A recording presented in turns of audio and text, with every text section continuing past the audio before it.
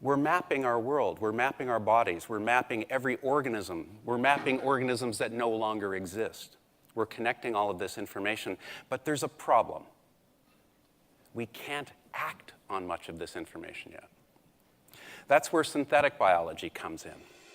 Ideas from engineering have become imposed onto biology. We've come from the very basic science, trying to discover genes, to getting those in a microbe and developing a process. What if we could reprogram yeast to make medicines for us, materials? These are engineered microbes that are producing biofuels. They can be gene therapies, they can be anti-cancer. Anti-malarials, medicines, food and cosmetic ingredients. Synthetic biology says life itself is the canvas.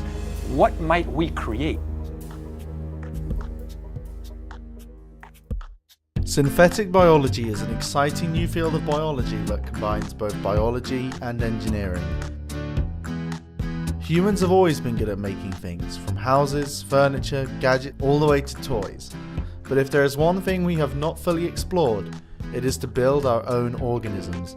That is what synthetic biology is all about.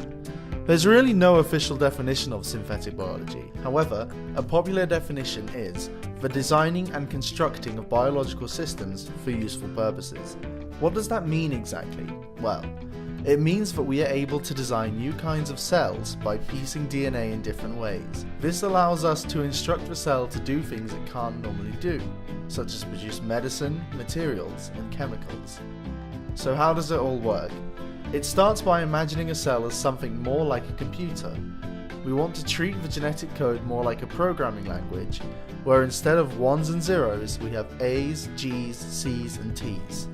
And just like how we can take different combinations of ones and zeros to make different computer programs, we can also put together different combinations of DNA to create all kinds of interesting organisms.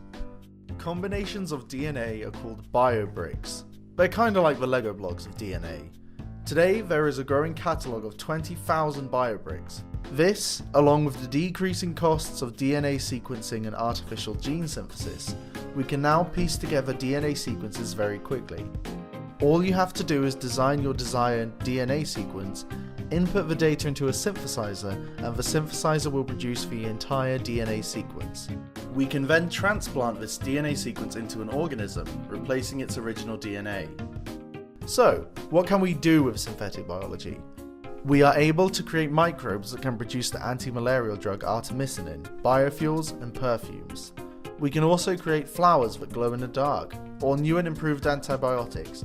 The technology is so easy to use that every year, hundreds of high school and university students come together to compete in iGEM, an international synthetic biology competition.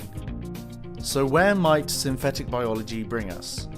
With increasing commercial availability, it appears synthetic biology has a bright future.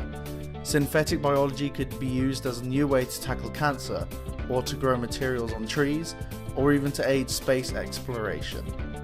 The possibilities are endless. However, there are still issues to address.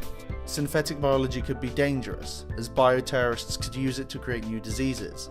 We may also accidentally create never-before-seen species that could be dangerous. No matter what happens, synthetic biology is happening at this very moment. The question, however, is not what can we create? Instead, it is how will we use it?